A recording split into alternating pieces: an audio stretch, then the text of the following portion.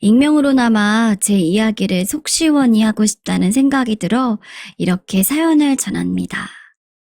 요즘 하루하루 우울한 날이 많은데 여러분들이 제 이야기를 듣고 많은 조언을 해주시면 감사할 것 같아요. 저는 중학생이 된 딸아이 하나를 두고 있는데 제가 2번의 유산 끝에 힘들게 얻은 외동딸이었어요. 딸아이를 무사히 출산했을 때 그 기쁨은 세상 어떤 무엇과도 바꿀 수 없는 소중한 것이었습니다. 이 이야기는 딸애가 중학교 1학년이었을 때로 거슬러 올라갑니다. 초등학교 학부모에서 중학교 학부모가 되는 기분은 또 느낌이 완전히 다르더라고요. 저는 강남은 아니지만 비교적 교육열이 높은 지역에 거주하고 있었고 아이 교육에 있어서만큼은 저나 남편이나 관심이 많았습니다. 저는 딸애가 초등학교에 다닐 때까지도 직장을 다니고 있었는데 중학생이 된다고 하니 도저히 워킹맘으로 아이 챙기는 것이 여의치가 않겠더라고요. 그래서 과감하게 직장에도 사표를 던졌습니다. 저는 꽤 큰 회사에서 승진을 앞두고 있었는데 말이죠. 하지만 딸아이의 미래를 생각한다면 조금의 후회도 없었어요. 초등학교 때 공부 습관이 거의 그대로 고등학교까지 간다는데 아이는 공부를 못하는 것은 아니었지만 그렇다고 두각을 나타낸다거나 어떤 분야에 특별한 재능을 보인다거나 하지를 않았어요. 성적은 중상위권이었는데 기초가 많이 부족한 상황이었습니다. 요새는 대학 나와도 취업이 안 돼서 난리지만 특별히 잘하는 것도 미래에 어떻게 될지도 모르는 상태에서는 그래도 대학을 잘 가야 되지 않겠어요? 주변에서는 고등학교 때 따라잡으려고 하면 이미 늦는다는 이야기가 많았고 중학생 때 기초를 단단히 해놓아야만 그나마 따라갈 수 있다고 하길래 회사까지 그만두고 아이 뒷바라지를 시작했던 것이었습니다. 그렇게 중학교에 입학을 하고 저는 담임 선생님이나 학교 친구들, 학부모들에게도 관심이 많아졌습니다. 강북에서는 교육열이 높은 지역이라 이미 다른 엄마들은 초등학교 때부터 그룹을 지어서 자기들끼리 정보도 공유하고 애들 그룹 과외도 시키고 엄마들 모임도 정기적으로 갖는 것 같았는데 저는 그동안 워킹맘이었기 때문에 거의 왕따 같은 수준이었죠. 새로운 중학교에 가면 다른 엄마들과 같이 시작하는 입장이니까 친해질 수 있을 줄 알았는데 그것도 이미 초등학교 때부터 어느 정도 아는 엄마들끼리만 놀더라고요. 저도 몇 번 끼워보려고 했지만 대화도 재미가 없고 자존심도 상해서 선뜻 어울리기가 쉽지 않았습니다. 학창시절에 제가 학교를 다닐 때에도 많은 친구들과 어울리기보다는 정말 친한 한두 명과 깊은 우정을 나누는 편이었는데 그게 나이 먹고 내 아이의 학교 학부모들과도 그대로 성격이 이어지더라고요. 모이면 은근히 자기 자식 자랑만 하고 누구는 몇 점을 받았네, 무슨 상을 받았네, 여름에 어디를 갈 거네 등등 공부를 못하면 잘하는 거라도 있는 아이들이 많았는데 저희 아이는 특별히 내세울 만한 것도 장점도 없는 편이었어요. 하루 종일 그런 대화만 하고 나면 딸과 비교를 하게 되면서 더 속만 상하더라고요. 어울리자니 피곤하고 그렇다고 안 어울리면 왕따가 되는 것 같아서 정말 고민이었습니다. 그러다가 계약을 하고 2주쯤 지났을 때 학부모 총회를 한다는 것이었어요. 방과 후 3시에 학교 강당에서 진행되었는데 저는 그동안 회사 다니느라고 이런 것에 참석해 본 적은 또 처음이었죠. 1학년 학부모들을 대상으로 반별로 앉아 있었는데 웬 외국인 백인 여자도 한 명 있더라고요. 다들 아는 엄마들끼리 3, 3, 5 모여서 수다를 떠는데 저처럼 그 외국인 엄마도 혼자인 것 같아서 제가 용기를 내 먼저 말을 걸었습니다. 그랬더니 아주 반갑게 맞아주더라고요. Hello, nice to meet you. Oh, hi, I'm Sarah Mom. 자신을 사라의 엄마라고 소개한 그 백인 여자와 안 되는 영어로 몇 마디를 나누고 휴대폰 번호도 교환했습니다. 영어를 잘 못해도 손짓, 눈짓, 발짓으로 간단한 의사소통은 다 통하더라고요. 역시 바디랭귀지는 만국 공통이었어요. 저는 충동적으로 사라 엄마를 집에 초대했는데 흔쾌히 오케이라고 대답을 해서 우리는 집에서 차와 다과를 먹으면서 이야기를 나눴습니다. 대충 짧은 영어로 대화를 해보니까 남편은 한국인이었는데 재미교포였습니다. 어릴 적 미국으로 이민을 가서 뉴저지에서 살다가 사라 엄마를 만났고 현재는 사업 때문에 2년 정도 한국에 머물고 있다는 내용이었어요. 사라도 절반은 한국인이니까 일부러 한국말을 배우려고 일반 학교에 보냈다고 하더라고요. 저는 자유자재로 영어를 잘하진 못해도 그래도 10년 넘게 영어 공부를 했으니까 간단한 대화 정도는 됐습니다. 물론 저를 위해서 아주 천천히 쉬운 단어로만 이야기를 해줬고요. 사라 엄마는 금발의 파란 눈을 가진 미인이었고 사라 역시 혼혈이라 그런지 굉장히 예뻐서 학교 친구들에게 인기가 많았습니다. 딸과 사라는 곧 절친한 친구가 되었고 저와 사라 엄마도 종종 만나서 맛있는 것도 먹고 애들 이야기도 했어요. 어떻게 된 게 같은 한국말을 쓰는 엄마들보다도 외국인 엄마가 오히려 더 말이 잘 통하더라고요. 나이가 40이 넘어서 새로 친구를 사귀려면 아무래도 집은 어디 사는지, 남편은 뭘 하는지, 애들은 어디 학교에 다니고 공부는 얼만큼 하는지 등등 은근히 신경 쓰이는 것들이 많았는데 사라 엄마와는 그런저런 눈치 볼 필요도 없고 선입견 없이 있는 그대로 볼 수 있었죠. 서로 언어가 다르니까 더 배려하고 잘해주게 되었고요. 그래서 우리는 급속도로 친해졌고 저로서는 자연스럽게 영어도 배울 수 있으니까 딸한테도 사라와 친하게 지내라고 했어요. 솔직히 영어 학원에 가거나 영어 배우려고 돈 쓰는 것보다 친구를 사귀면 실력이 는다고 하잖아요. 또 아는 사람 하나 없는 타국에 와서 사라 엄마도 혼자 얼마나 외롭겠습니까? 저는 나중에 딸아이 미국으로 유학이라도 가게 되면 아는 사람이 있는 것이 훨씬 좋으니 사라네 집이랑 정기적으로 연락을 하고 지내야겠다는 계산도 들었습니다. 물론 다 떠나서 일단 마음이 통하고 이심전심으로 서로 죽이 잘 맞는 부분도 있었고요. 그거 참 잘 됐네. 앞으로도 친하게 지내나. 글로벌 시대인데 외국인 친구 하나 알아놓으면 좋지. 아예 주말에 집으로 초대해서 다 같이 밥 먹는 게 어때? 남자들끼리도 얼굴도 익혀놓게. 그럴까 여보? 그러면 스케줄 한번 잡아볼게. 불고기랑 비빔밥 이런 것도 해야겠다. 남편한테도 얘기를 했더니 반색을 하면서 좋아하더라고요. 어느 토요일 저녁 드디어 사라네 가족을 우리 집으로 초대해서 총 6명이 식사를 했어요. 재미교포인 사라 아빠도 한국말을 더듬더듬 조금은 해서 재미있고 유쾌한 시간을 보냈었습니다. 외동딸을 키운다는 공통점도 있고 특히나 우리는 딸들 학교 생활이나 교육에 관심이 많았고 딸도 친구가 있어서 그런지 더욱 학교 생활이 재미있는 것 같더라고요. 그렇게 우리 두 가족은 주말이 되면 종종 만나서 캠핑도 가고 여행도 가면서 지냈고 평소에도 사라는 우리 집에 와서 자고 갈 정도로 친하게 지냈답니다. 특히 사라네 가족은 외국인이라 그런지 주말마다 산으로 들로 계곡으로 캠핑 가는 것을 무척 좋아하더라고요. 저는 주방이나 화장실이 불편한 곳에서 지내는 것은 딱 질색이었지만 요즘엔 또 캠핑이나 글램핑이 엄청 유행이잖아요. 답답했던 도시에서 벗어나 가까운 근교로 나가서 경치를 즐기면서 힐링도 하고 고기랑 채소랑 싸가지고 가서 해먹는 재미가 또 있더라고요. 외향적인 남편은 캠핑의 매력에 빠진 뒤로부터 수백만 원치의 텐트며 각종 장비, 도구들을 사서 본격적으로 캠핑족에 입문했습니다. 캠핑카도 사고 싶다는 것을 간신히 말렸죠.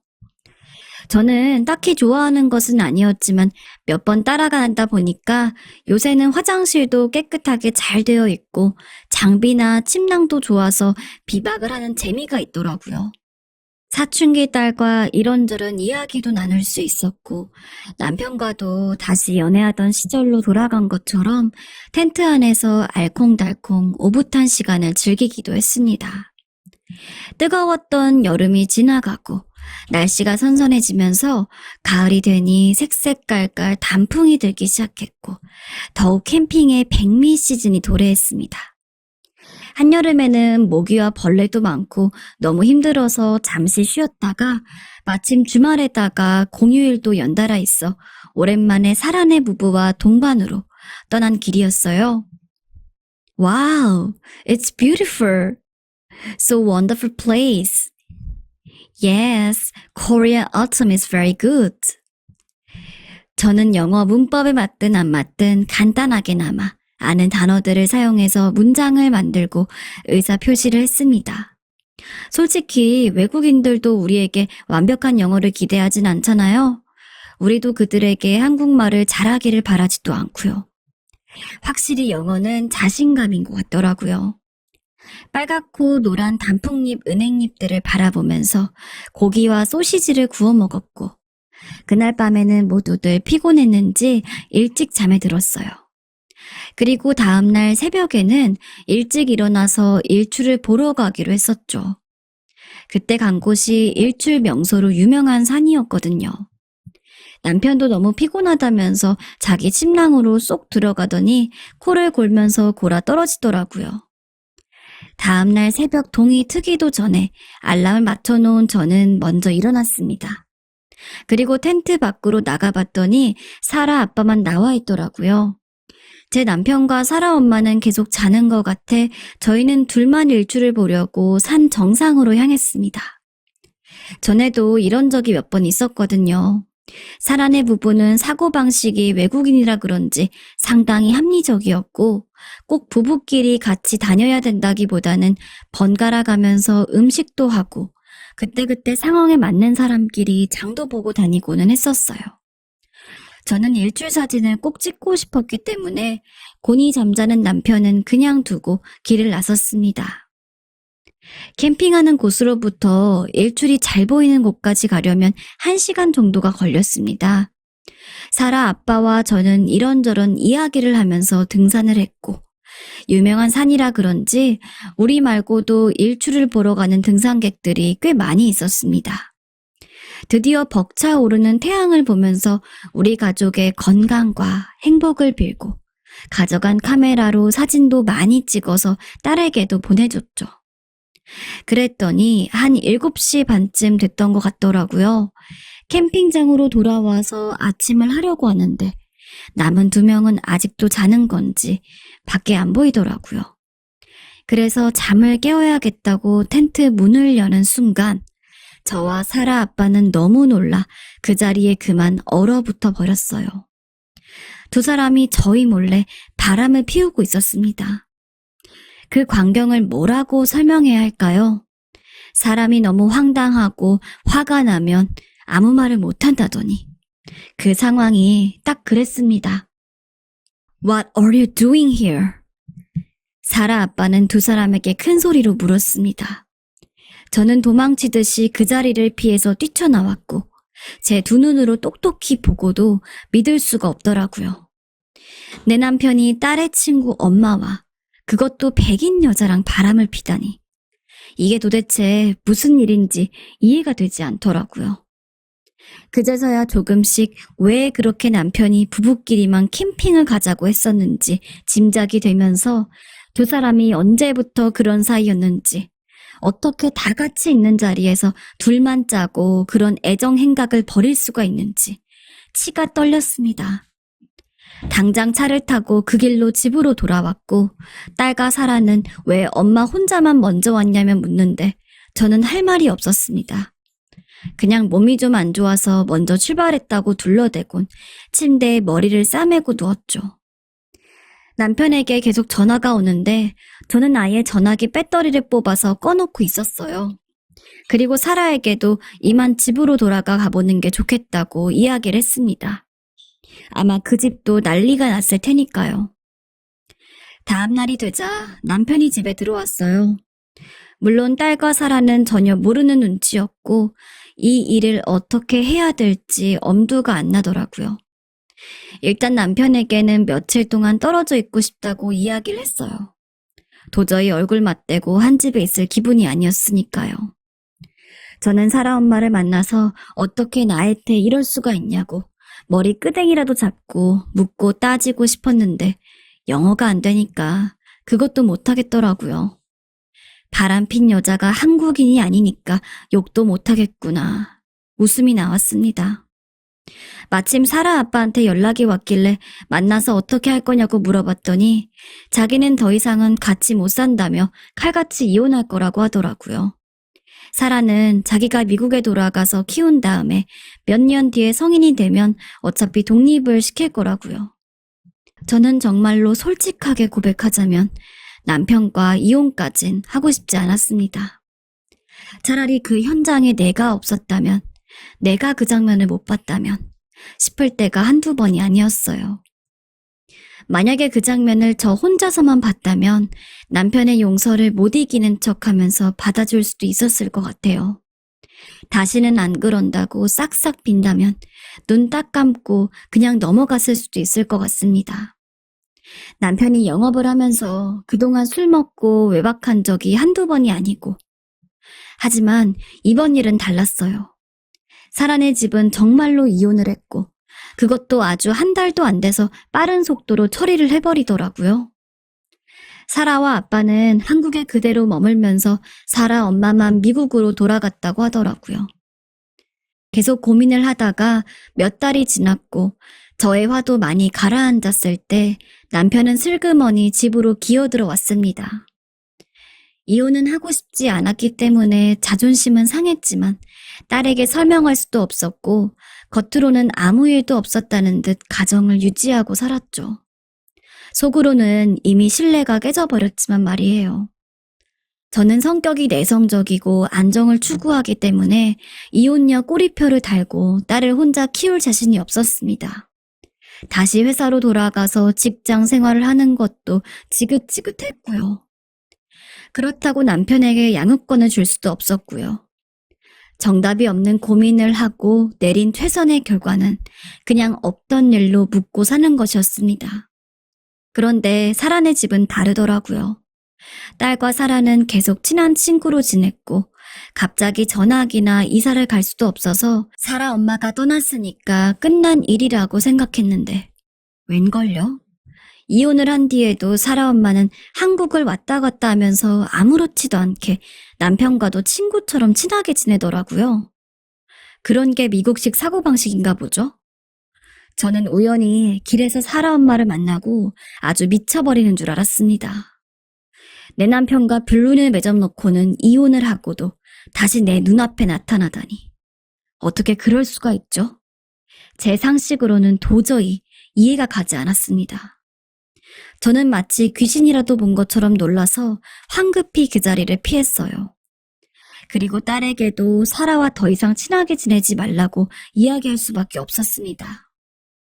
자세한 이유는 이야기하지 않았는데 딸도 어느 정도는 눈치를 챈 것 같았어요. 중학교 1학년 때부터 친하게 지냈던 딸과 사라는 2학년이 되면서부턴 어차피 반도 달라졌기 때문에 굳이 잘 지낼 필요도 없었습니다.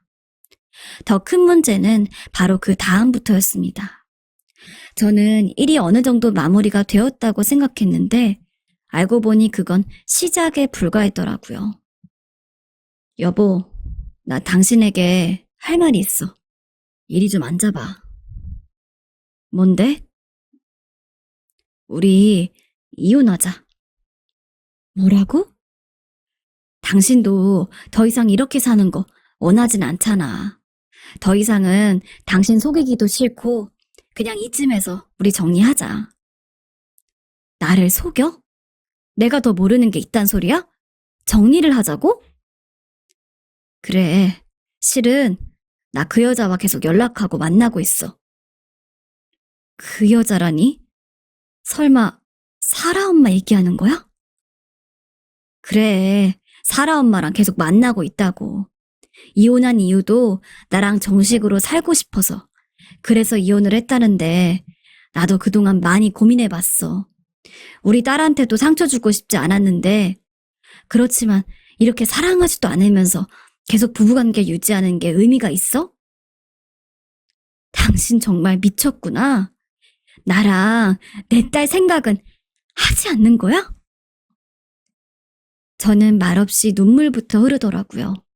정말 울고 싶지 않았는데 제가 잘못한 것도 없는데 눈물이 나오다니 제 자신이 정말 싫었지만 어쩔 수가 없었습니다. 남편과 그 금발머리 외국인 사라 엄마는 꾸준하게 만남을 지속해왔고 이제는 남편마저 저를 떠나고 싶다고 얘기하는 것이었어요. 저는 남편 말이 너무 다 맞는 말이어서 뭐라고 대꾸도 못하겠더라고요. 적반하장이라고 해야 할지 방귀 뀐 놈이 성낸다고 해야 할지 바람핀 남편에게 버림을 받다니 그게 제 현실이었습니다. 당신한테는 정말 미안해. 대신 합의 이유만 잘해주면 이 집이랑 위자료랑 양육비 꼬박꼬박 줄게. 먹고 사는 건 걱정하지 마. 솔직히 이 정도면 당신도 미치는 장사는 아니잖아. 뭐라고? 장사? 지금 말 다 했어? 아니, 말이 그렇다는 거야. 아무튼 내 말 알았지? 우리 이제 그만 끝내자.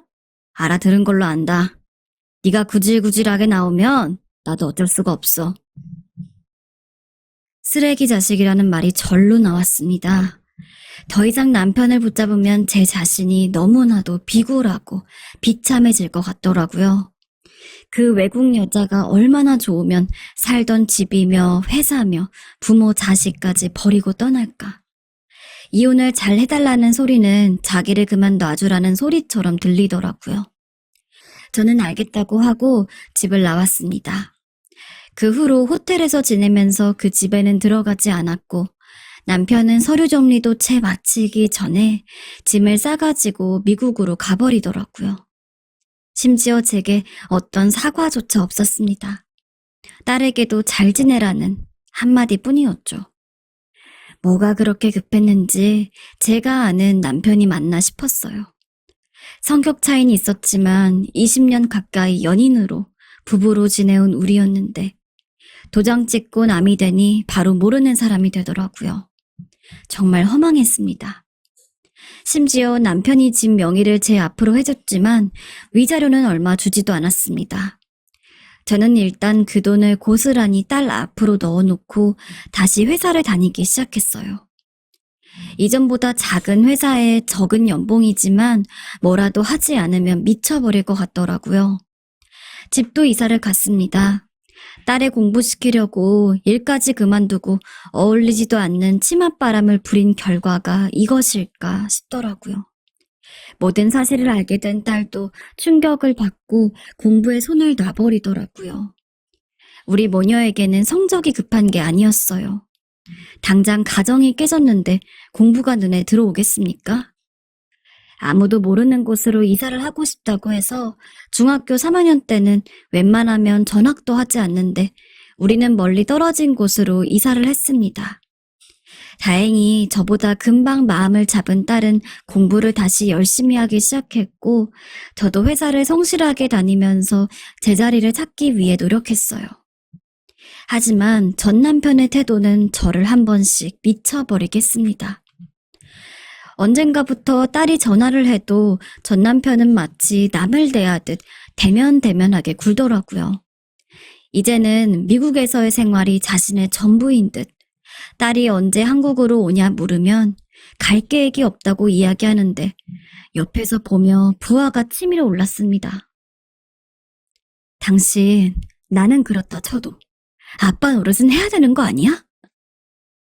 내가 뭘? 애한테 그렇게 말하면 애가 실망하잖아.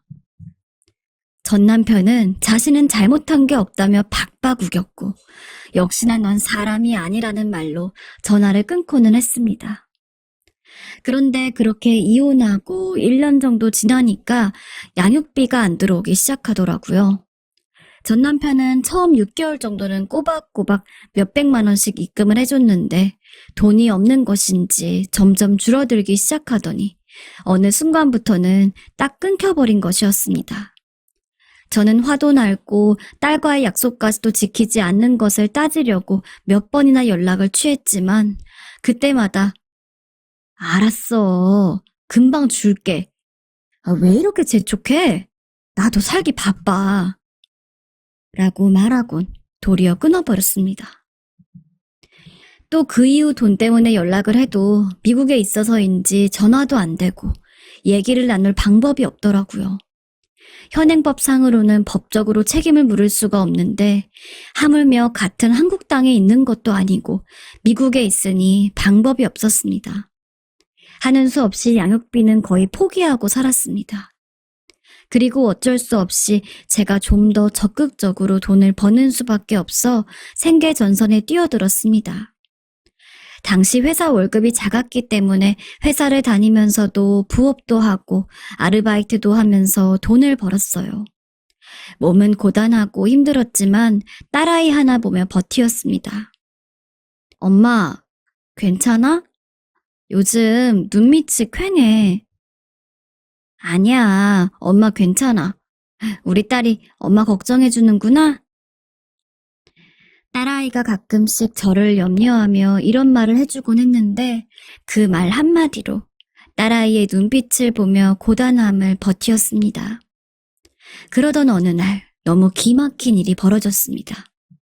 너무 충격적이어서 그때만 생각하면 말이 안 나오는 일인데요. 딸과 함께 새로 오픈한 유명 백화점에서 식사를 하고 있는데 저쪽에 낯익은 얼굴이 보이더라고요. 바로 사라였습니다. 딸에는 그래도 정이 들었었는지 인사를 하더라고요. 저도 애들이 뭔 죄냐, 다 어른들이 못난 탓이지 싶어서 같이 아이스크림을 먹으면서 잠깐 이야기를 나누었습니다. 그랬더니 글쎄 더 충격적인 일이 남아있을까 싶었는데 사라로부터 쇼킹한 소리를 듣게 되었어요.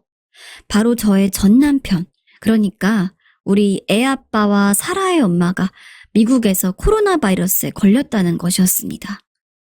세상에, 저는 정말 기가 막혔죠. 한편으로는 그 인간들이 국경을 초월해서 천벌을 받은 것인가 싶기도 하더라고요. 집으로 돌아와서 생각해보니 너무 어이가 없고 속이 시원해서 배꼽 잡고 한참을 웃었습니다. 하지만 시간이 점점 지날수록 옛 정이 뭔지 조금 걱정이 되기 시작하더라고요. 처자식을 다 버리고 사랑을 찾아 미국까지 갔는데 거기서 병에 걸리다니. 미국은 병원비도 비싸고 한 번 아프면 돈이 엄청나게 나온다던데 무슨 일을 하고 어떻게 사는지는 하나도 모르는 상황이었어요. 저는 사라가 잘못 안 것일 수도 있다고 생각하고 설마 별일이야 있겠나 싶었습니다. 그런데 얼마 후 시숙님에게 전화가 왔습니다. 저 형기가 죽었어요. 네? 저도 방금 들었네요. 오늘 오전에 병원에서 숨을 거두었다고 하네요. 네, 남편이 미국에서 죽었다고요. 그것도 정말 코로나에 걸려서요. 이 말을 듣는데 저는 한동안 아무 말도 할 수가 없었습니다. 참, 그렇게까지 갔으면 행복하게 잘 살 것이지 갑작스러운 죽음이라니. 죽은 전 남편이 원망스럽고 바보 같았어요. 둘이 헤어지길 바랬지만 이런 식으로 헤어지는 걸 원하지는 않았거든요. 또 어찌됐건 딸아이의 아빠였으니 딸아이에게 어떻게 이 말을 전해야 할지도 막막했습니다. 아무쪼록 남편이 죽었다는 소식을 들은 후 얼마 후 시숙님에게 다시 전화가 왔습니다. 남편을 경기도에 있는 납골당에 잘 데려놨다면서 찾아가 보라고 하더군요. 저에게는 너무 못할 짓을 많이 한 사람이라 사실 그립지도 별로 애도하고 싶지도 않은 마음이지만 딸을 생각하면 가보아야 할 것 같아 납골당에 찾아갔습니다. 어쨌든 여기까지가 바로 제 이야기입니다. 익명의 힘을 빌려 이렇게라도 하소연을 하니 한결 나아진 듯합니다. 바보 같은 제 사연을 읽어주셔서 정말 감사드리고요. 저도 앞으로 딸과 함께 행복하게 살도록 노력하겠습니다. 여러분들도 항상 건강하시고 행복하세요. 두 번째 사연은 소소하지만 놀라운 기적이 담겨져 있는 사연인데요. 이런 이야기를 사연으로 접할 때면 정말 세상엔 이런 일이 있구나 라는 생각이 절로 드는 것 같아요. 어떤 이야기인지 여러분들도 궁금하실 테니 바로 지금 출발해 보도록 하겠습니다. 안녕하세요. 저는 지금은 30대가 된 여성으로 이 이야기는 몇 년 전인 제가 29대 일어난 일입니다. 여자에게 20대의 마지막인 29살은 조금 특별하게 다가오는 것 같아요. 흔히들 9수라는 말도 있지 않나요? 30이 지나고 나면 이제 청춘은 끝난 것 같고 남자친구가 없는 여성에게 30이란 왠지 서글프게까지 느껴지면서 마음이 싱숭생숭했었습니다. 지금 생각해보면 30대도 너무나 젊기만 한 청춘이고 지나고 보면 아무것도 아닌데 그때 그 당사자로서는 상당히 마음이 심란했어요. 당시 저는 아빠와 함께 둘이 살고 있었는데 엄마는 오래전에 집을 나가 살고 계셨고 남동생은 군대에 다녀와서 혼자 지방에서 자취를 하면서 공장을 다니고 있었죠. 저희 가족은 원래도 화목하다거나 잘 지내는 편은 아니었지만 그래도 아빠가 일을 하고 있을 때에는 엄마도 집에 있었고 동생도 학교에 잘 다니고 나름 평범한 내 식구였습니다. 그러다가 제가 고등학교 3학년 때 아빠가 빚보증을 잘못 써서 있던 집이 홀라당 날아갔고 그나마 남은 돈으로 엄마는 식당 일을 시작했는데 때마침 조류 독감이 와서 쫄딱 말아먹었습니다. 저는 대학도 떨어지고 자신감도 바닥을 치면서 순식간에 살이 10kg이나 쪄버렸고 남동생은 도피하듯이 군대로 일찍 떠나버렸죠. 저희 아빠라는 사람은 술을 마시거나 제게 몹쓸 짓을 하거나 그러진 않았지만 집을 담보로 대출을 받아서 그걸로 집에서 놀고 먹으며 제게는 수시로 막말과 쌍욕을 해대는 그런 사람이었습니다. 엄마도 아빠가 그런 사람인 걸 알기에 얼른 집 나와라, 응?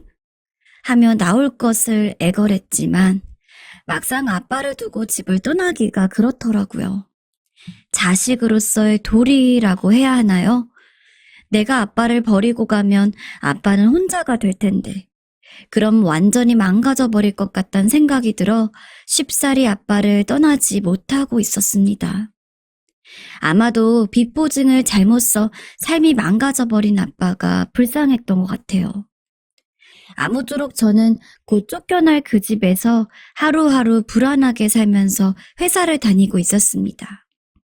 아빠라는 사람이 딸을 보살피긴커녕 그렇게 사고를 쳐놓고도 회사 다니는 저와 함께 은행에 가서는 제 이름으로 또 대출을 받았습니다.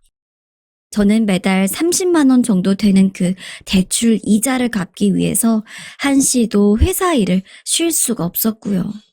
그런 상황에서 저는 누구에게도 이런 집안 얘기를 할 수가 없었고 그나마 있던 친한 친구들은 하나 둘씩 결혼을 하면서 저만 어렸을 때부터 살던 그 동네에 남게 된 것입니다.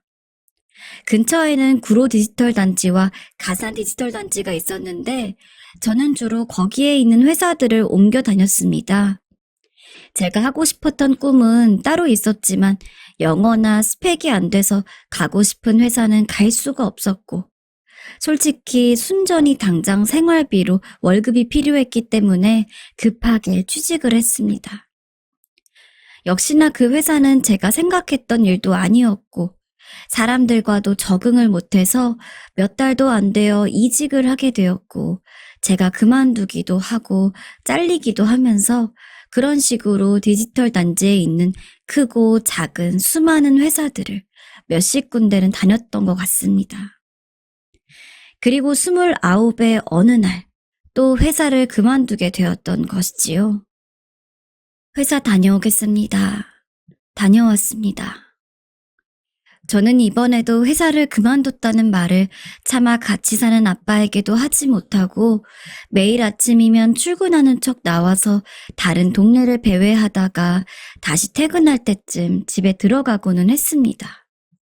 평소에 우리 부녀는 친가족이 맞나 싶을 만큼이나 서로에게 아무 말도 하지 않았기 때문에 제가 시간 맞춰 나갔다가 들어가면 문제될 것이 하나도 없었죠. 하지만 만약 회사를 그만뒀다고 아빠에게 말하면 저는 엄청난 잔소리는 물론 결국에는 네가 문제라는 막말과 욕을 듣게 되기 때문에 고민이 있어도 말할 수가 없었던 것입니다. 매달 대출금도 제가 갚아야 했고요. 회사는 어디든 아무데나 내가 할 수 있는 비슷한 일을 찾아서 최저임금으로 들어가면 되기 때문에 어차피 곧 다시 다닐 수밖에 없는 회사인데 뭐하러 말을 해서 욕을 먹을까 싶기도 했던 것이죠. 저는 대학 다닐 때부터 주말이며 방학에는 각종 아르바이트를 하고 학교에서도 행정실 근로장학생으로 일을 하고 있었습니다. 성적을 잘 받아서 성적 장학금을 타면 좋았겠지만 공부를 잘하는 편도 아니었고 성적 장학금은 그야말로 거의 모든 과목에서 올백점을 맞아야 주더라고요. 경쟁이 매우 치열했기 때문에 근로장학금을 타기로 한 것이었죠. 그렇게 저는 고3 수능을 마치자마자부터 몇 년 동안이나 쉬지 않고 계속 일을 했기 때문에 회사를 그만두고 단 일주일만이라도 쉬고 싶은 마음이 굴뚝 같았지만 내 집에서조차 두 발 뻗고 편하게 쉴 수가 없었습니다. 비가 오거나 몸이 아픈 날에는 돈도 없는데 정말 아무 곳에도 한 발짝도 나가기가 싫었지만 아빠와 집에 있는 것이 더 숨이 막히고 혼날 것 같아서 나올 수밖에 없었습니다. 그래도 동네에 친구들이 있을 때에는 가끔 친구네 집으로 갈 수가 있었는데 이제 하나둘씩 결혼을 해서 다른 동네나 먼 곳으로 가버리고 나니 저는 더욱 외로워지더라고요. 나이는 29이나 먹고 또 회사는 그만두고 친구들은 결혼을 하고 정말 우울했습니다. 저는 여중, 여고, 여대를 졸업했는데 29살이 되도록 남자친구 한번 사귀어 보긴커녕 그냥 알고 지내는 남자인 친구들도 단 한 명도 없었어요. 그야말로 모태솔로의 천연 기념물, 희귀한 사람이었죠. 객관적으로 겉으로 봤을 때에도 제 외모는 그냥 평범했습니다. 안경을 쓰고 다니긴 했지만 소개팅을 할 때는 콘택트 렌즈를 끼고 나갔고 키도 163에 몸무게 55kg로 잘 꾸미면 그럭저럭 괜찮은 편이었습니다. 문제는 제 마음의 병이었죠. 가뜩이나 아빠와 친하지도 않고 가족에게 사랑도 받지 못하고 커서 자신감도 없고 항상 모든 일에 주눅이 들어 있었습니다. 아주 가끔 소개팅을 나가면 이 사람도 나를 안 좋아하겠지. 우리 집이 가난한 걸 알면 싫어하겠지. 아빠와 둘이 산다는 말은 하고 싶지 않은데 등등 걱정만 될 뿐이었어요. 그렇다고 또 연애 한번 못 해보고 지내기에는 내 청춘이 너무나 아깝고 빨리 집에서 탈출하는 길은 역시 결혼뿐이라고 생각했죠. 그래서 온라인 미팅 사이트나 채팅방으로 남자를 만나기 시작했습니다. 정식으로 큰 돈을 내고 결혼정보회사 같은 곳에 가입할 수는 없었으니까요. 비교적 싼 사이트들을 3군데 정도 가입해서 본인 인증도 하고 최대한 잘 나온 사진과 프로필을 솔직하게 올렸더니 가끔씩 쪽지가 오더라고요. 몇 사람을 만나봤는데 모두 별로였습니다. 사진과는 너무나도 다른 사람이 나오기도 했고 실제 나이보다 훨씬 더 많거나 적기도 했고 성격도 이상한 사람들이 많더라고요. 물론 저도 완벽하진 않았지만 여자로서 인터넷 온라인상에서 불특정한 남자를 만난다는 것이 위험하기도 하고 꺼려졌어요. 확실히 아는 사람 소개로 만나는 것도 아니었고요. 그래서 한동안은 또 사이트에 들어가지 않고 있다 계절만 또 바뀌고 시간은 계속 가는데 여전히 저는 혼자였습니다. 회사를 다니면 일만 하고 회사를 그만두면 또 집에다가는 말을 못하고 나와서는 혼자 돌아다니다가 들어가고 이런 일이 계속 반복되었어요. 도저히 사람 만날 기회가 없어서 저는 다시 사이트에 들어갔고 거기에서 기석이라는 이름의 저보다 1살 어린 남자를 만나게 되었습니다.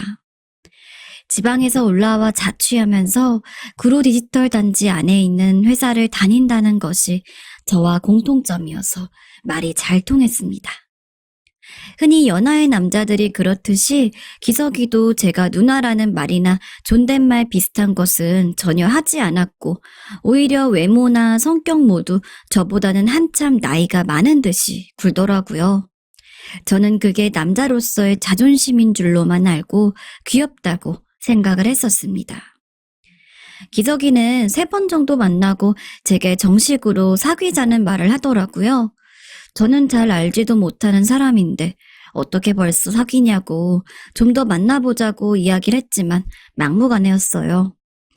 저는 남자친구를 사귀어 본 적이 한 번도 없었기 때문에 마음이 통하고 첫눈에 반할 수도 있는 거니까 사귀어 보는 것도 괜찮다고 생각을 했죠. 게다가 기석이가 마음에 들었던 이유가 또 있었는데 바로 부모님이 지방에서 꽤 큰 약국을 한다고 하더라고요. 각종 약 이름과 세세한 것들까지 잘 알길래 저는 기석이의 말을 당연히 믿었고 왠지 더 신뢰가 갔습니다. 부모님이 약사분들이시라면 아들도 똑똑하게 잘 키우지 않았을까라는 기대 심리도 있었죠. 하지만 그 모든 것은 다 기석이의 말뿐이었고 어디서부터 어디까지가 진실이고 거짓말인지를 나중에는 다 헷갈리게 되더라고요. 처음에는 기석이와의 만남이 즐거웠고 괜찮았습니다. 남들처럼 데이트도 하고 맛있는 것도 먹으러 다니고 영화도 보고 저는 친구들과 친한 사람들에게 모두 남자친구가 생긴 사실을 알렸고 블로그와 홈피에도 은근히 연애 중이라는 것을 표시해뒀습니다. 그동안 애인이 있는 친구들을 보면서 너무너무 부러웠고 저도 꼭 해보고 싶었거든요. 제가 남친이 생겼다는 사실은 저와 저의 친구들 사이에서도 크게 이슈가 되었어요. 그동안 무슨 문제가 있는 거냐며 눈을 좀 낮춰라. 그냥 아무나 만나라. 혹시 여자를 좋아하는 거 아니냐 등등 무수히 많은 잔소리들을 들었었는데 저도 드디어 남들처럼 평범한 남녀 관계를 시작했다는 것이 너무나도 뿌듯했습니다. 이상한 사람과 만나서 이상한 연애를 하는 것은 차라리 아무것도 안 하는 것만 못했을 텐데 말이에요. 그리고 엄마에게도 말을 했는데 엄마 역시 축하해주면서도 언제 한번 엄마에게도 소개해줘라. 원래 남자친구 생기면 엄마한테 먼저 소개해주는 거야. 라고 하시며 은근히 기석이가 어떤 사람인지 궁금해하셨어요. 그래도 만난 지 얼마 안 돼 엄마를 보여주는 건 아무래도 기석이한테도 조금 부담스러울 것 같아 미루었어요. 그런데 지나가듯 흘린 말에 기석이는 좋다면서 엄마를 보고 싶어 하더라고요. 그리고 만난 자리에서 기석이는 엄마에게 굉장히 깍듯하게 잘했습니다. 숟가락, 젓가락 놓는 매너부터 문까지 열어주며 은근히 엄마 앞에서 결혼하고 싶다는 말까지 하는데 그때 남자친구 혼자 너무 나간 게 아닌가 싶어 놀라긴 했지만 그래도 이 사람이 날 이 정도로 사랑하는구나 하고 생각했습니다. 그런데 사귄 지 3달 정도 지나자 점점 기석이의 원래 성격이 나오면서 본성이 드러나기 시작했어요. 몇 시간만 연락이 안 되면 계속 집착과 추궁을 해대고 급기야는 하루 종일 몇 시부터 몇 시까지 어디에서 누구를 만나고 뭘 하고 다니는지까지 체크를 하더라고요. 처음에는 나에 대한 관심과 사랑이라는 생각에 열심히 보고를 하고 대답을 전부 다 해줬습니다. 그런데 친구들에게도 고민 상담을 해보고 점점 시간이 지날수록 이게 아닌데 싶은 생각이 들더라고요.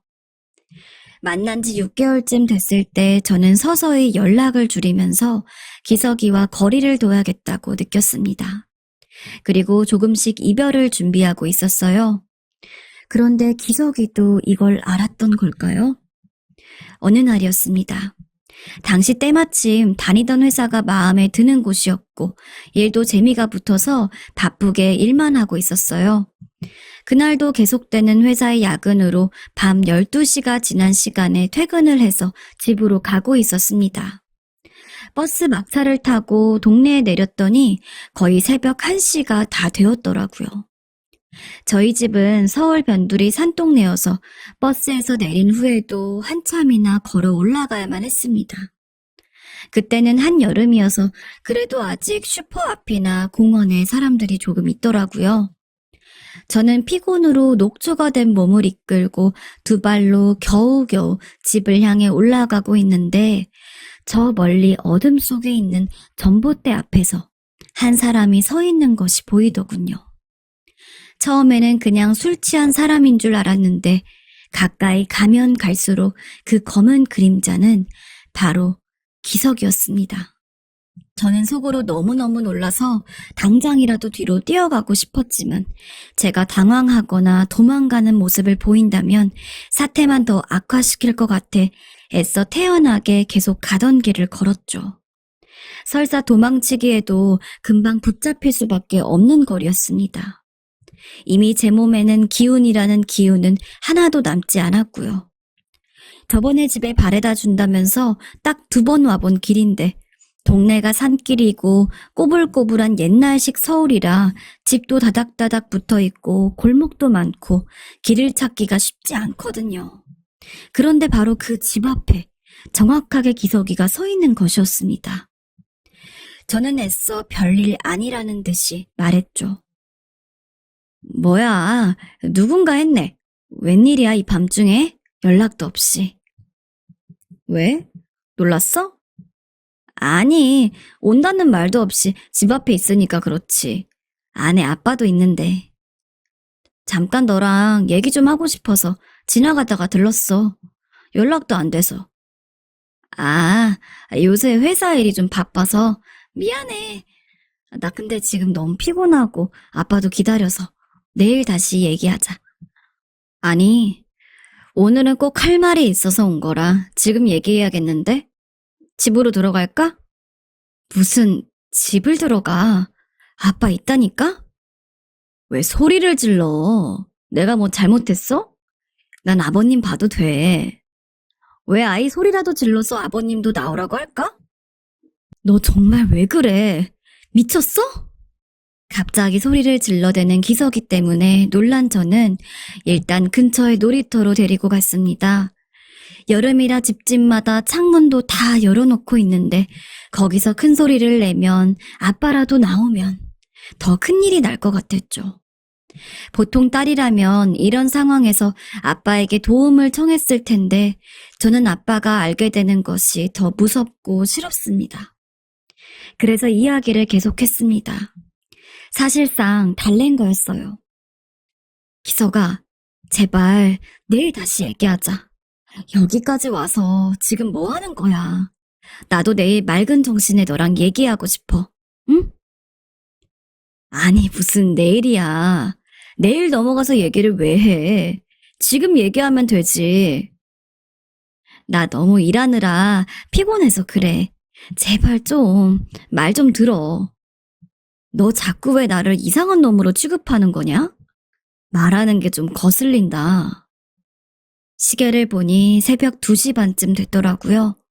이제는 거리에 사람도 아무도 없고 텅 빈 놀이터에 제정신이 아닌 기석이와 단둘이 있으려니 너무 무서웠습니다.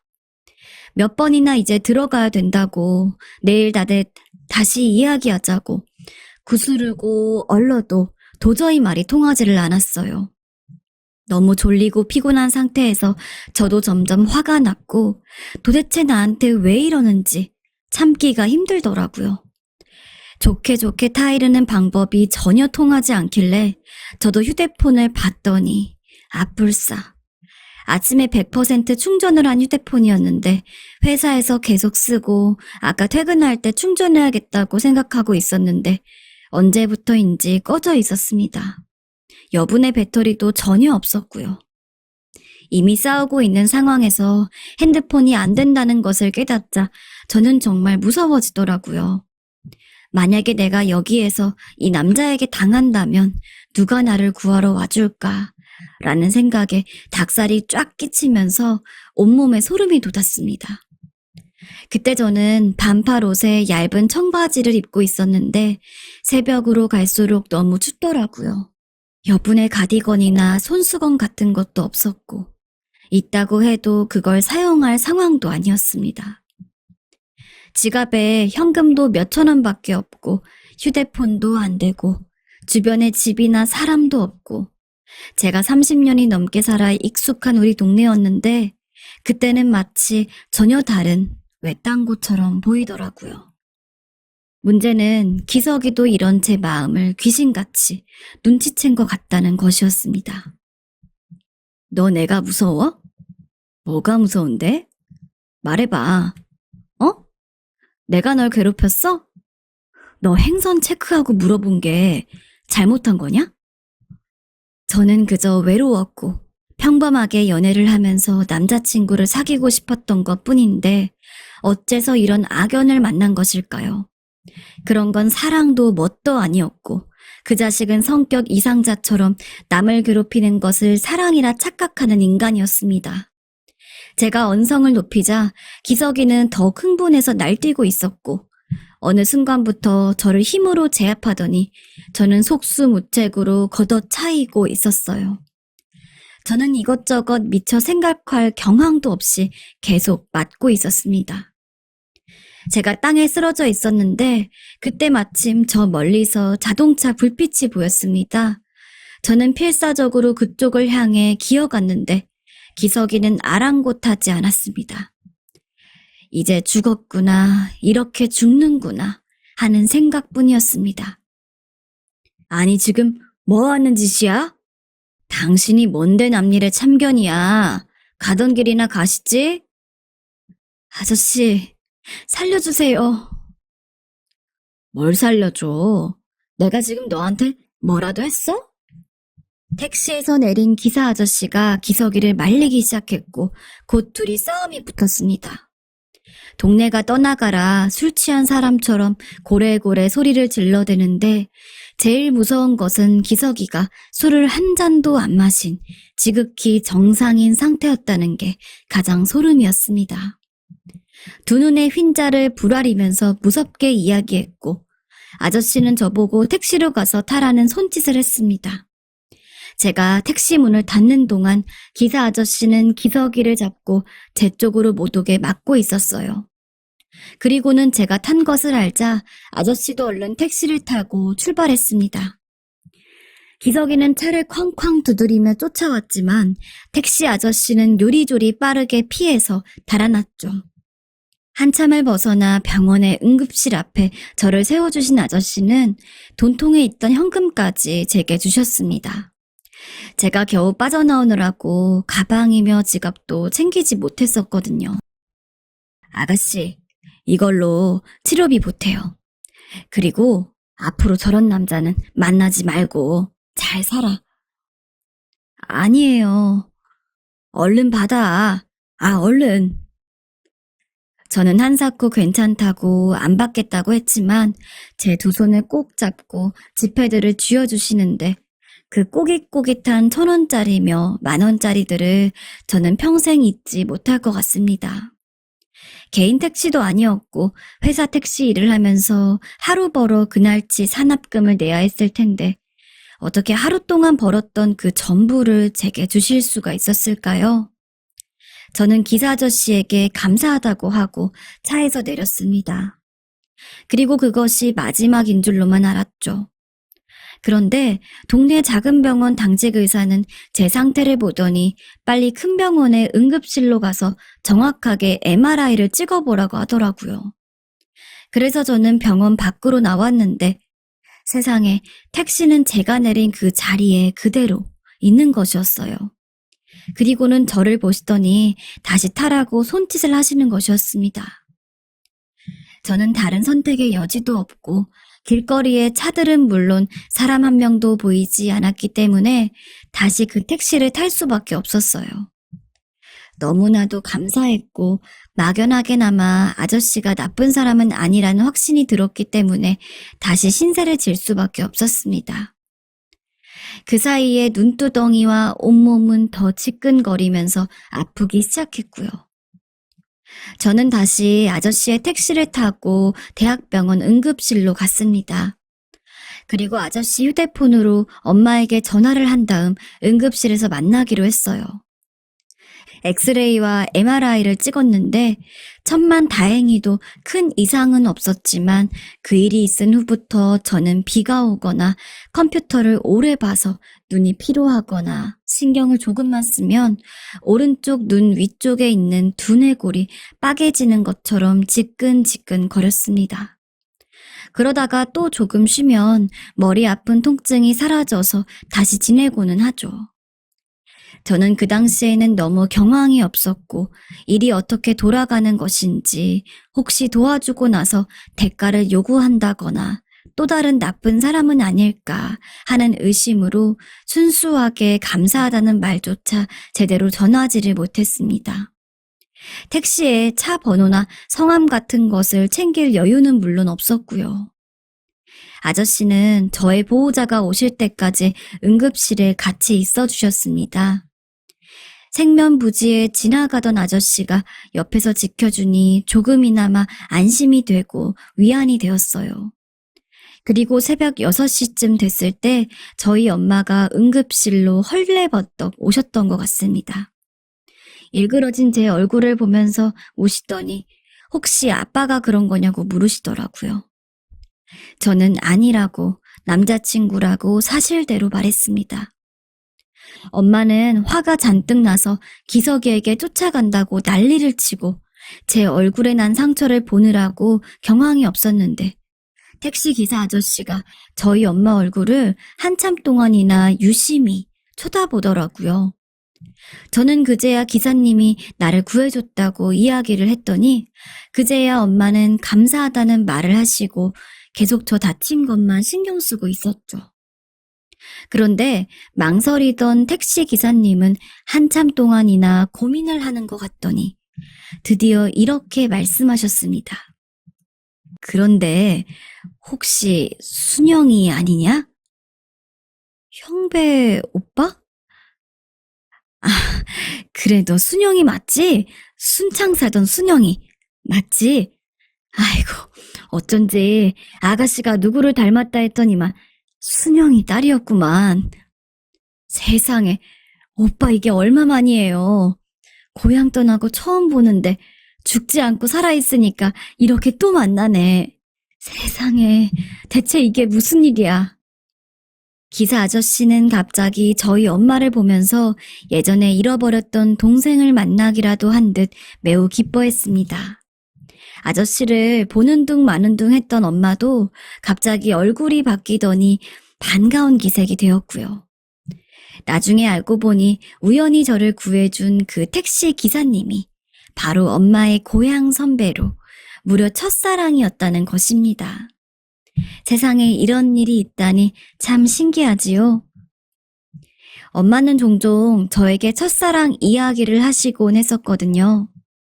옛날에 내가 좋아하던 오빠가 있었는데 그때는 너무 순진하고 어려서 차마 좋아한다고 말할 용기도 못 냈거든. 서로 좋아한다는 건 알고 있었는데 지금 생각해보면 웃음이 나면서도 참 후회가 돼. 말이라도 해볼 걸 말이야. 그치? 그러게 말이라도 해보지 그랬어. 아쉽다. 엄마랑 그 아저씨랑 잘 됐다면 차라리 좋았을 텐데 아빠랑 살 일도 없고. 그런 얘기를 엄마랑 나누었는데 그 점잖고 잘생긴 엄마의 첫사랑이 바로 택시 기사님이었을 줄은 상상도 못했습니다. 하지만 그걸로 끝이 아니었습니다. 아저씨는 엄마와 함께 저희 아버지 역할까지 해주시면서 기석이를 만나 저의 고민을 해결해 주셨습니다. 이번 한 번은 용서를 하겠지만 다시는 저의 주위에 얼씬도 거리지 말라고 말이죠. 아는 형사분까지 동원하셔서 삼자 대면을 하고 마무리를 지으셨고 그 이후로는 다시금 기석이에게 연락이 오지 않아 저는 알터니가 빠진 기분이었습니다. 혹시라도 저처럼 잘못된 인간관계나 남녀관계 때문에 고민하고 고통받는 분들이 계시다면 저는 혼자서만 고민하지 마시고 주위의 도움을 청해보라는 말씀을 드리고 싶습니다. 그리고 사람을 만날 때에는 온라인이나 가상 공간에서 생판 모르는 아무것도 알 수 없는 사람을 급하게 만나기보다는 이왕이면 근처에서 곁에서 오랫동안 자연스럽게 친구로 지내시다가 그 사람의 이런저런 모습을 모두 본 다음에 진지한 관계로 발전하는 것이 좋을 것 같습니다. 보통 저와 같은 외로운 젊은 여성들이 조급한 마음으로 아무 이성이나 만나고 그 악연 때문에 돌이킬 수 없는 길까지 걷게 되는 경우도 많더라고요. 조금이라도 이상하다 싶으시면 바로 연락을 끊으시고 때로는 자기 자신을 수양하고 업그레이드 시키면서 혼자를 즐길 줄도 알아야 둘이서도 행복할 수가 있더라고요.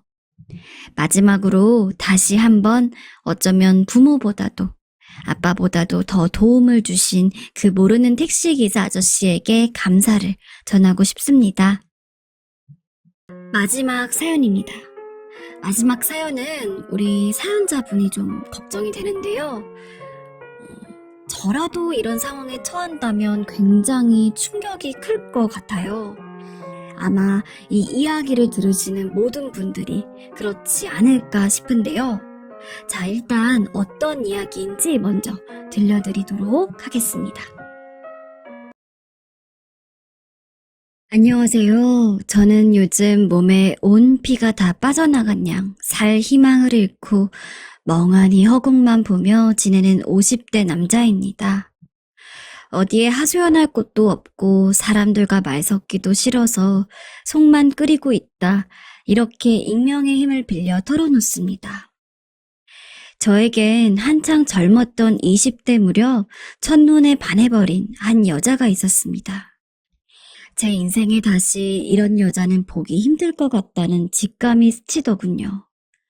매일 밤낮을 따라다니며 대시를 하다가 겨우겨우 사귀게 되었네요.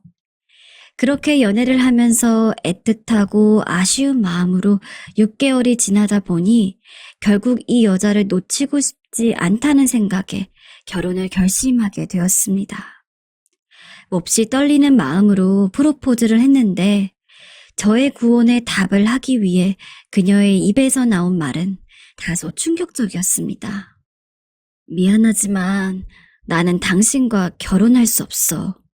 내가 그간 느껴온 그녀의 반응들은 어느 정도 나를 좋아한다고 생각했는데 너무 기대를 한 것인지 무척 실망스러웠습니다.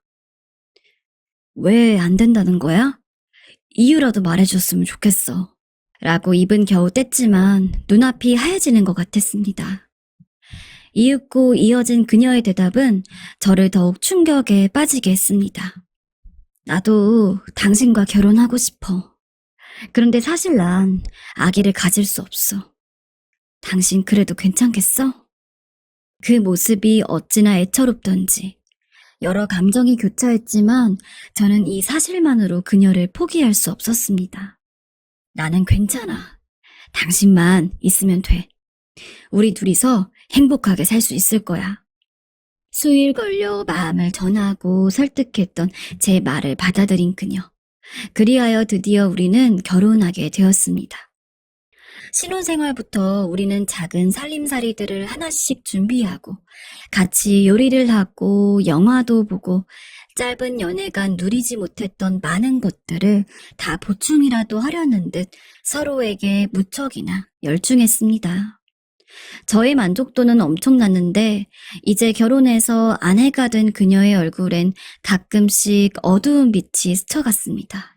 신경은 쓰였지만 자세히 묻지는 못한 채 신혼 나날들은 흘러갔습니다. 그러던 중 가끔씩 양가 부모님을 만날 때마다 아이 관련된 화제가 나오더군요.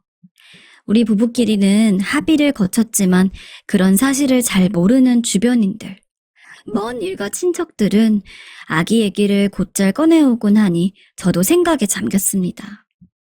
그러던 어느 날 마트를 다녀오는데 한 꼬마아이가 유독 아내에게 살갑게 굴며 안기더군요. 제가 보기에도 귀여워서 한참을 바라봤는데 아내는 그 아기가 귀여운지 한참을 같이 놀아주는 것이었습니다. 이날 묘하게 많은 감정들이 스쳤는데 집으로 돌아오는 길 아내가 쓸쓸한 얼굴로 말을 꺼내더라고요. 나 아기를 포기하려고 했지만 그래도 일생에 한 번뿐인데 아기 꼭 키워보고 싶어. 그런 아내의 모습이 짠하기도 하고 저도 앞서 봤던 풍경이 지나가면서 왠지 모르게 수긍을 하게 되었습니다. 그럼 우리 같이 난임이나 불임 상담도 받고 시도를 해볼까? 아니야, 나는 이미 해볼 만큼 해봤어. 또 실패하고 싶지 않아. 사실 입양을 고민하고 있어. 입양이라니 결코 간단한 문제는 아니었습니다. 저는 제 핏줄을 낳아 키우는 것을 상식에 두고 있었기에 다소 당황스러웠습니다. 하지만 결국 아내의 뜻을 따르기로 했습니다. 아내와 함께 가서 데려오게 된 아기는 우리 부부에게 있어 그야말로 축복과 같은 존재가 되었습니다. 저는 처음에 입양이라는 제도를 그닥 반기지 않았지만 사람의 마음이란 참 묘합니다. 입양되어 온 여자 아기는 어찌나 귀엽고 사랑스럽던지 매일 아기가 보고 싶어 재빠르게 퇴근을 하는 날이 연이어졌습니다. 아내도 당신이 그렇게 아기를 좋아할 줄 몰랐다면서 놀라더군요. 어느새 아기가 있는 집에 온기와 풍경에 익숙해졌고 이래서 다들 자식을 낳는구나 싶었습니다. 저희의 핏줄은 아니지만 그래도 한 생명이 우리 집에 와주었고 이런 결정을 힘겹게도 해주었던 아내에게 고마운 마음도 들었습니다. 수년이 지나고 딸아이가 초등학교를 가고 중학교를 가고 하니 이제 양가 친척들 안에서는 여지없이 한 가족이 된 분위기를 인정하게 되었습니다. 그렇게 아이는 성장해서 대학생이 되었고 본인이 하고 싶은 꿈을 위해 열심히 공부하며 자격증도 같이 준비했습니다. 봉사와 관련된 일을 하고 싶다며 열심히 조사를 했고 부모님께 보답하고 싶다며 알바도 했죠. 참으로 착한 아이를 만났고 우리도 그간 애써왔구나 하면서 일상을 보내고 있던 중 제가 직장에 있는데 갑자기 다급한 목소리로 딸아이가 전화를 걸어왔습니다. 내용을 듣고 저는 순간 피가 거꾸로 솟듯 분노가 치밀어 주체할 수가 없었습니다. 아빠, 여기 집 주변인데 왜 남자가 뒤를 자꾸 따라와? 무서우니까 전화 끊지 말아줘. 이 말을 듣고 가만히 있을 수 있는 아빠는 없을 것입니다. 저는 즉시 직장에 긴급히 사정을 말하고 집으로 달려왔습니다. 무슨 일이야? 아빠, 내가 전화하면서 뒤를 쳐다봤더니 그새 도망갔어. 나를 아는 사람인 것 같기도 하고 아닌 것 같기도 해. 모르겠어. 나 너무 무서워. 워낙에 이런 여성 관련 범죄들이 많기도 하고 딸아이 혼자 키웠는지라 저는 갑작스레 신경이 쓰이고 불안해지더군요. 그렇게 찝찝한 마음을 안고 다시 일상 안으로 돌아갔는데 몇 달 후 또 비슷한 일이 발생했습니다. 딸아이에게 또 전화가 온 겁니다. 제 귀로 건너들은 내용은 이전보다 더 충격적이었습니다. 아빠, 그때 봤던 것 같은 남자가 또 따라와. 날 보고 자꾸 손짓을 해. 나 너무 무서워. 어떻게 해야 돼? 정말 머리카락이 쭈뼛 서는 듯 불쾌함과 분노가 밀려왔습니다. 근처 블랙박스를 다 뒤지고 집 앞에 CCTV도 달긴 했지만 속이 전혀 시원치 않더군요. 어느 날 제가 몸이 안 좋아서 일찍 퇴근을 하고 집에 들어가는데 멀리서 딸아이가 걸어가는 게 보이더군요. 얼핏 보니 편의점에서 뭘 사서 집으로 돌아가는 것 같아 부르려고 손을 들었습니다. 그런 순간 저는 두 눈을 의심할 수밖에 없는 장면을 보게 되었습니다. 딸 뒤로 획 끼어들어 빠르게 따라가는 한 남자가 보였습니다. 온몸에 검은 옷으로 무장을 하고 모자를 눌러 쓰고는 핸드폰으로 뭔가를 촬영하는 듯 딸아이를 따라가는 게 아니겠어요? 이놈이 그때 아이가 말했던 남자구나 싶어 저도 빠르게 뒤쫓아갔습니다. 소리를 지르고 악을 쓰고 싶었지만 일단은 저도 숨을 내쉬며 호흡을 가다듬을 수밖에 없었습니다. 감정적으로 움직일 뻔했지만 저만 치해서 아무것도 모른 채 전혀 무방비 상태로 걸어가는 딸아이의 뒷모습을 보니 억지로라도 저는 이성적일 필요가 있었습니다. 들러붙는 저 벌레 같은 남자를 당장 잡아서 떨치기 위해서는 한 발 한 발 숨을 고르면서 천천히 뒤따라갈 필요가 있었습니다. 그렇게 뒤따르다 보니 어느새 간격이 좁혀졌고 남자는 생각보다 그다지 방어적이지 않았고 주변이 허술해 보였습니다. 딸아이 뒷모습을 촬영하기만 할 뿐 뭔가 위험한 걸 들고 있는 것 같지도 않았고 키도 작고 왜소해 보이더군요. 이 근처 사는 단순 변태인 것 같은데 이런 자식이 대체 왜 우리 딸한테 들러붙게 된 건지 따라가는 동안 분노도 일어나고 겨우겨우 다시 참아내는 과정의 연속이었습니다. 그렇게 찬찬히 보폭을 좁혀가며 빠르게 걸어서 온몸으로 뛰어들어 그 남자를 움켜잡았습니다. 뒷모습을 완전히 저에게 보이고 있었고 후미진 골목이라 방심한 상태였기에 인기척을 거의 느끼지 못하고 있었던 것 같더군요. 문 앞에 다다른 상태였던 딸아이는 뒤에서 한창 몸이 뒤엉킨 그놈과 저를 보더니 아빠! 하고 기겁을 하며 놀라 그 자리에 털썩 주저앉았습니다. 저는 도저히 참을 수 없는 상태가 되었고 완전히 그놈을 결박하고 옥죄었습니다. 이거 놔! 놓으란 말이야! 놈은 꽥꽥거리며 소리를 질렀고 딸아이는 살려주세요! 누가 좀 도와주세요! 하고 비명을 질러 사람들이 몰려들었습니다. 딸, 얼른 경찰에 신고해. 그런데 그 순간 갑자기 이놈이 입을 여는 겁니다. 듣고도 믿을 수 없는 말이었습니다. 경찰 부르기만 해봐. 본인이 이런 소리를 짓거릴 때가 아닌데 어이가 없었습니다. 이것 좀 봐봐 하며 소리를 지르더니 빠르게 제 팔을 떨쳐내고 갑자기 주머니에서 뭔가를 꺼내더군요. 순간 긴장했습니다. 혹시 위험한 물건이 나온다면 저는 무방비 상태이니 아무것도 없이 당해야 하니 침을 꿀꺽 넘어갔습니다. 하지만 그놈의 주머니에서 나온 것은 제가 생각했던 것보다 더 강력히 제 눈을 붙잡아 두었습니다. 한 장에 구겨진 사진이었어요. 예스런 결혼사진 한 장이더군요. 이 상황에 등장하기에는 너무나 생뚱맞았고 느낌도 썩 좋지 않았습니다. 자세히 좀 보라고! 하고 소리를 질러대는 통에 들여다보니 사진 속 얼굴이 뭔가 기분 나쁘게 익숙했습니다. 그냥 떨궈버리기엔 너무나 익숙한 얼굴이 그 안에 있었습니다. 저는 자세히 확인한 뒤 그대로 남자를 손에서 놔버리곤 뒤로 벌러덩 넘어졌습니다. 그 얼굴은 바로 제 아내였습니다. 예스러운 사진 속에 웨딩드레스를 입고 아내와 나란히 선 남자는 제가 아니었어요. 이놈은 저의 표정을 확인하고는 그제사 입을 열더군요. 차라리 제 귀를 찢고 싶을 정도로 믿기 힘든 말이었습니다. 당신 아내는 내 여자였어. 지금 딸 노릇하는 저 애도 원래 내 딸이라고. 이게 대체 무슨 말인 걸까요? 분명히 이놈을 잡아서 결박하고 묶은 것은 저였는데 저야말로 누군가에게 얻어맞고 넋이 나간 듯 머리가 멍해졌습니다. 무슨 소리가 오가는지 전혀 이해가 가지 않았습니다. 남자는 이어서 계속 같은 말을 반복했습니다. 저 애는 내 딸이고 나와 당신 아내 사이에서 낳은 거야. 알기나 해? 소리는 귀에 들리는데 내용은 전혀 마음에 와닿지 않고 둥둥 떠서 이해가 가지 않았습니다. 딸도 믿을 수 없어 하는 눈치였고요.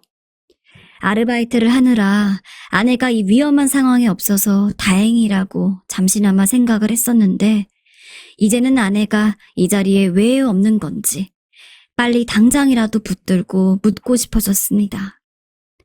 남자는 덩그러니 남겨진 제 뒤로 얼른 일어나 몸을 털었습니다. 그 사진 잘 봐두는 게 좋을 거야. 하며 그대로 가버리더군요. 제 손에 사진은 계속 쥐어져 있었고 딸아이는 얼굴이 하얗게 질려 있었습니다. 딸아이나 저나 바들바들 떨리는 몸 상태로 집으로 들어갔고 겨우 소파에 풀썩 앉아 한참이나 아무 말을 잇지 못했어요. 얼마 되지 않아 아내가 들어왔습니다. 어머, 당신이나 쟤나 왜 이렇게 안색이 안 좋아요? 더워서 그런가? 밥할 테니까 얼른 씻고 와요. 저는 그런 아내를 보며 힘겹게 말을 걸었습니다. 여보, 잠깐 이것 좀 봐봐. 뭔데 그러냐며 다가온 아내에게 사진을 내밀었습니다. 그런데 그 이상 아내에게서는 어떤 말도 나오지 않았습니다. 그 반응을 보고 저는 더욱 참담한 심정이 되었습니다. 저는 아내와 그 남자 그리고 우리 딸 아이 간에 어떤 일이 있었다고 생각하면 좋은 것일까요? 한여름이고 에어컨도 켜지 않아 푹푹 찌는 실내에서 얼어붙은 듯한 정적이 잠시 흐르고 아내는 떠듬떠듬 말을 조금씩 이어붙이듯 답했습니다. 그 말은 한 글자 한 글자 제 가슴을 아프게 찔렀습니다. 여보, 이제야 말하게 돼서 미안해요.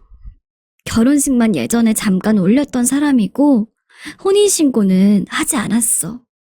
당신한테는 말할 용기가 나지 않았어. 정말 미안해. 정말로. 내가 죄인이야.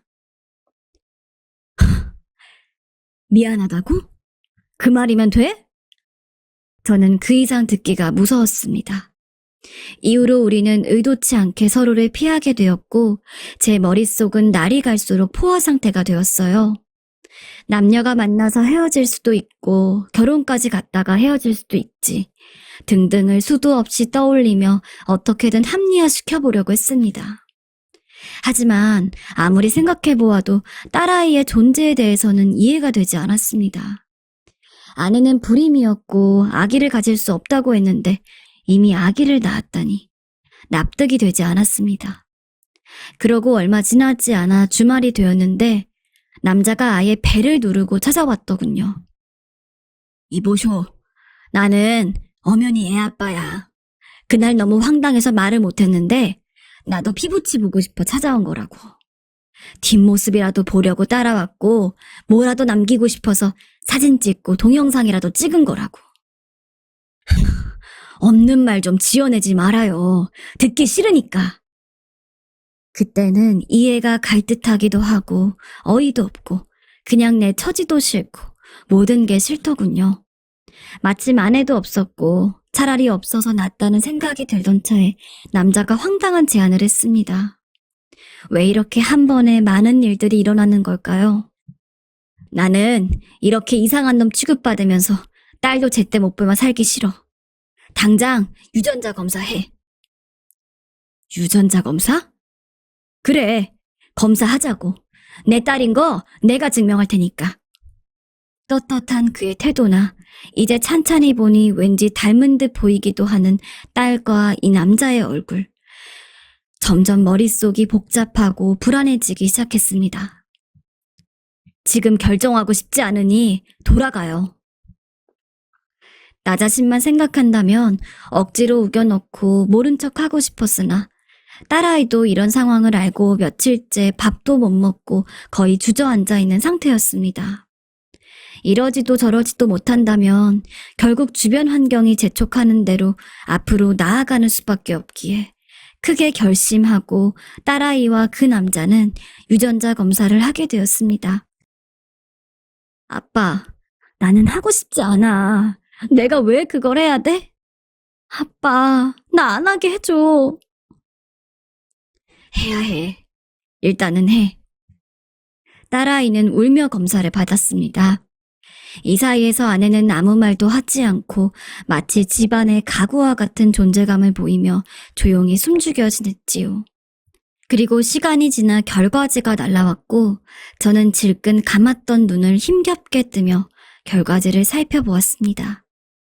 눈으로 확인한 글자는 제 마음을 하나하나 후벼 파는 것 같았습니다. 딸아이와 그 남자의 유전자가 100% 일치한다는 내용이었습니다. 눈으로 보고 제 마음은 더 너덜너덜해졌습니다. 이후로 날이 갈수록 모든 게 황망해지고 정신줄을 온전히 잡고 있을 수가 없더군요. 아내와도 딸아이와도 그 어떤 말도 할 수 없었습니다.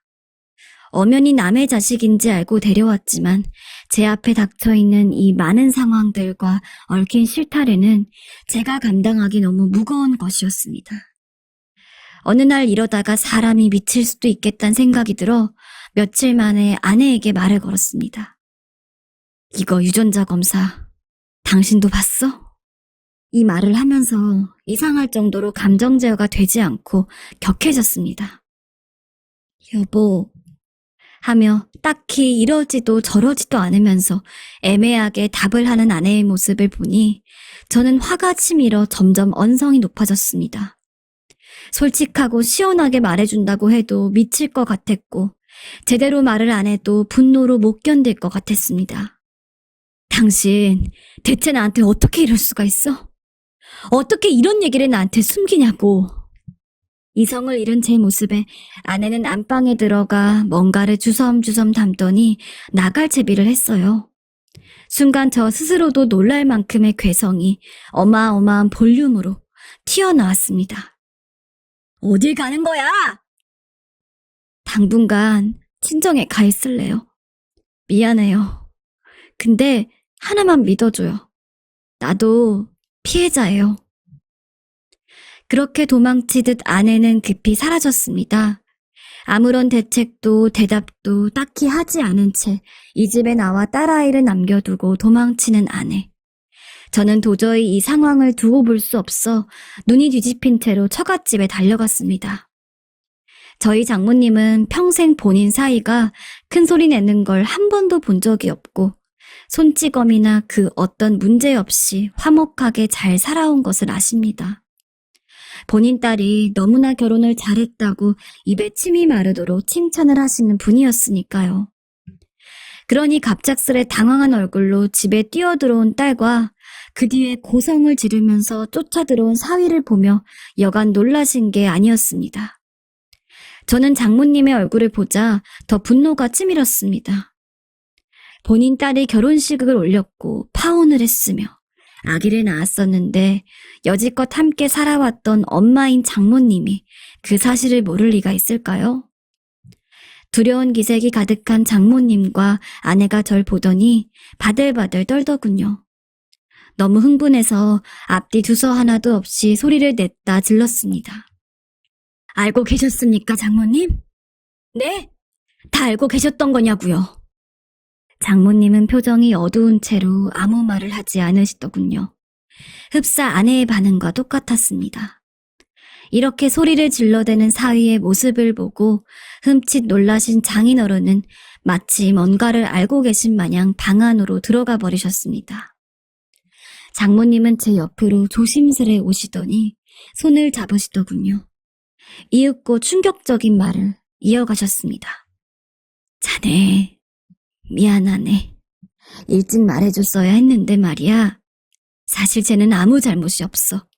내가 다 꾸민 일이네. 한창 어릴 때 남자 잘못 만나서 사기 결혼을 하게 됐고 그 결에 임신도 했고 아기를 낳았어. 아직 나이도 한창 젊은데 남편 없이 아기를 키우게 할 수가 없어서 고아원에 맡겼다네. 듣는 내내 제 눈은 실핏줄이 터지는 듯 아렸고 속이 바짝 타들어가는 것 같았습니다.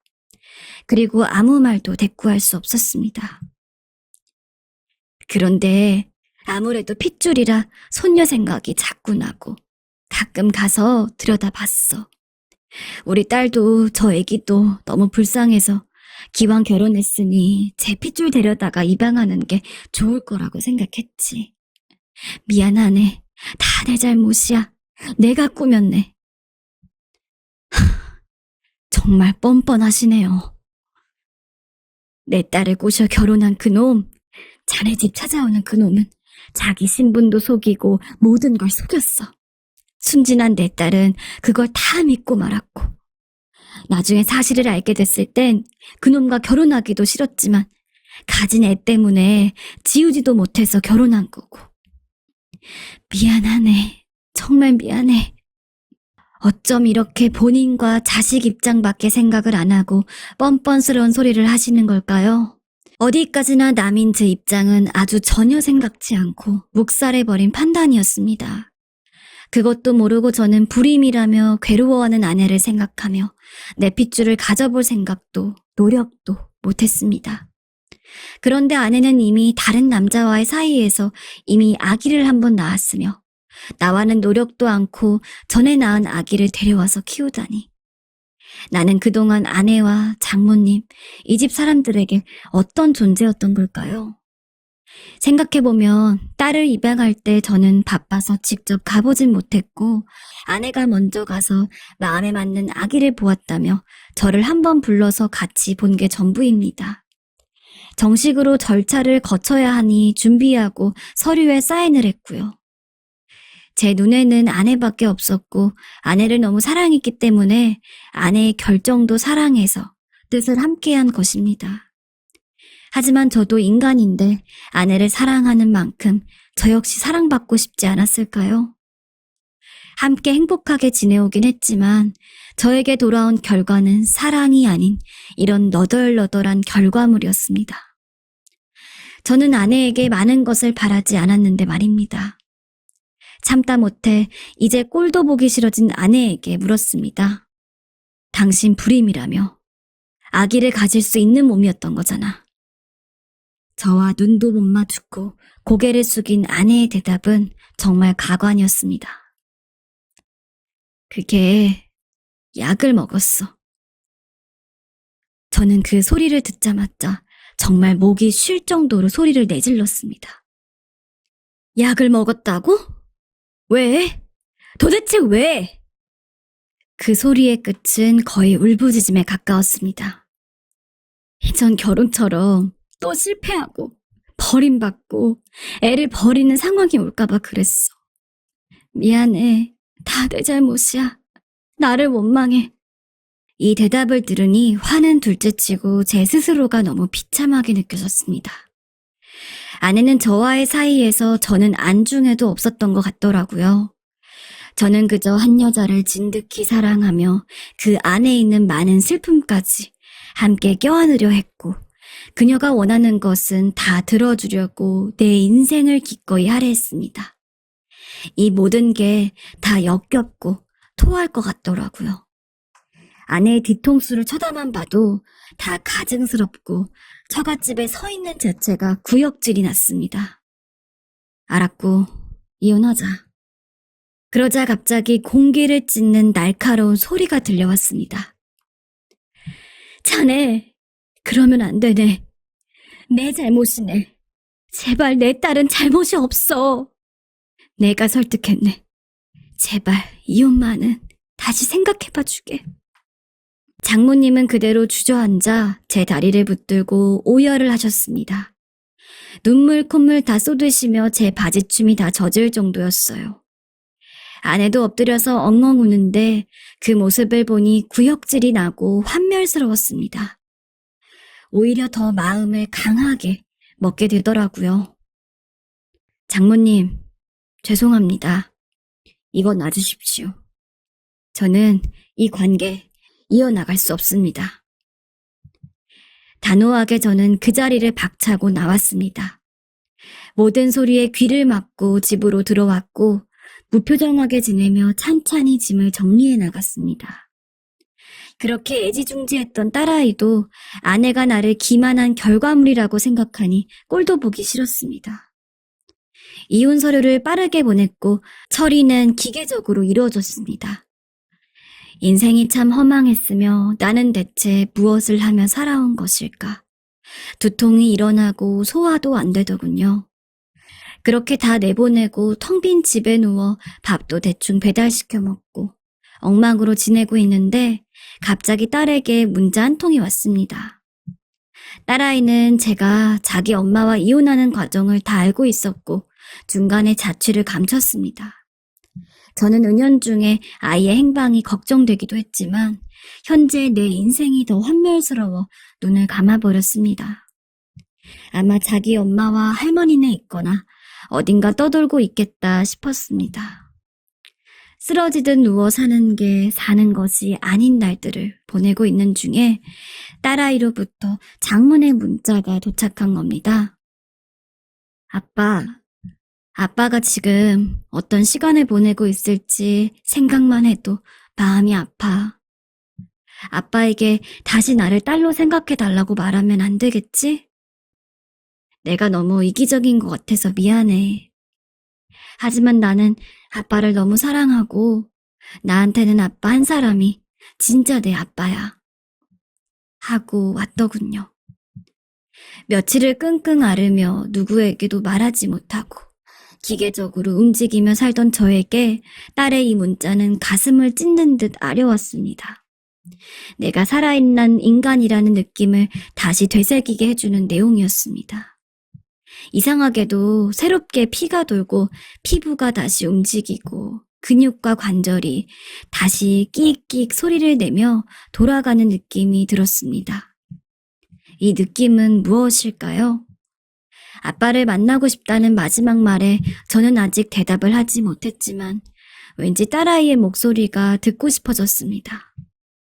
만나는 것이 맞는 걸까요? 아니면 인생 자체를 기만당하고 피가 빠져버린 지금 모든 걸 다 외면하는 것이 맞는 걸까요? 결정하기가 어렵습니다. 하지만 확실한 건 키운 정, 기른 정이 더 큰 것인지 제 딸아이를 계속 보고 싶습니다. 어찌 사는지, 마음은 괜찮은지도 궁금하고요. 아내의 선택으로 인해 모든 게 꼬여버린 지금, 아내가 너무나 원망스럽고 장모가 너무나 증오스럽습니다. 왜 이 두 사람 때문에 저와 딸아이가 아파야 하는 걸까요?